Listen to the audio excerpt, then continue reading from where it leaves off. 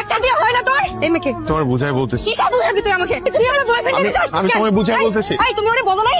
তুমি ওরে বলো নাই তোমার সাথে আমার 3 বছর সম্পর্ক তুমি বলো নাই? আমি তো অফিসে মুখ দেখাতে পারছি না। কি করছিস তুই? তুই তো বলছিস আমি এই ছেলেকে ভালোবাসি মা। এই ছেলেকে ছাড়া আমি থাকতে পারবো না।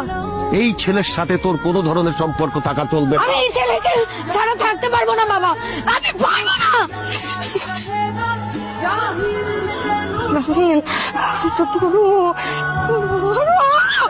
ওই মেয়ের কোনো মান সম্মান আছে নাকি?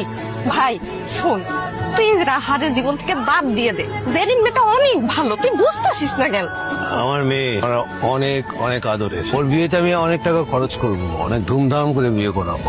এটা আপনাদের নতুন ফ্ল্যাট? ও বাবা, তুই তুই রাজি হয়েছে দেখছিস কত সুন্দর বাসা। এই বাসা যদি আমাকে হয় তোর তোর বোনটার খুব ভালো বিয়ে হইব। হ্যালো রাফিন, রাফিন তুমি প্লিজ ফোনটা আমার ধরো না প্লিজ। আই এম সরি, আমার একদম করা উচিত হয় নাই। তুমি আমার ফোনটা ধরো প্লিজ।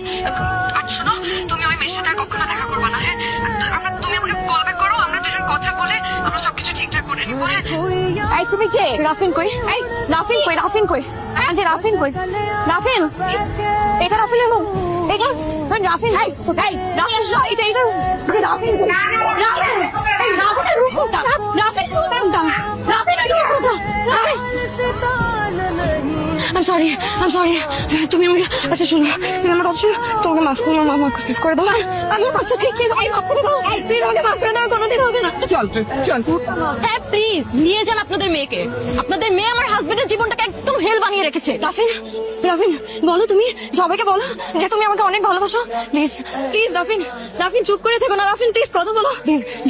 জেনিন প্লিজ, তুমি কি করছো রাফিনকে আমি জানি না, কিন্তু রাফিন তোমার সাথে ভালো থাকবে না। রাফিন আমার সাথেই ভালো থাকবে, ও আমাকে ভালোবাসে। আমার বোনটা পঙ্গু, এই কারণে ওর বিয়ে হয় না। আবার যদি কেউ ওকে বিয়ে করতে রাজি হয় তাহলে মোটা অঙ্কের টাকা চাই যৌতুক হিসেবে। রাফিন, আমি না এই বিয়েটা করলে আমার বোনের বিয়েটা হয়ে যাবে। আমার বাবা বছরের পর বছর মৃত্যুর সাথে যুদ্ধ করতেছে, চিকিৎসার অভাবে, টাকার অভাবে। আমি যদি আজকে এই বিয়েটা করি তাহলে আমার বাবার অপারেশন হবে সিঙ্গাপুরে। আমার পরিবারের এই শহরে মাথা গোজার কোনো ঠাঁই নাই। আমি যদি আজকে এই বিয়েটা করি তাহলে তারা নিজেদের হেঁটে থাকতে পারবে। আমি করছি। তুমি না বলতো আমাকে হ্যাঁ, আমি আমার কথা কোনোদিন আমাকে অন্য কারো হতে দেবে না। আমার কথা শোনো।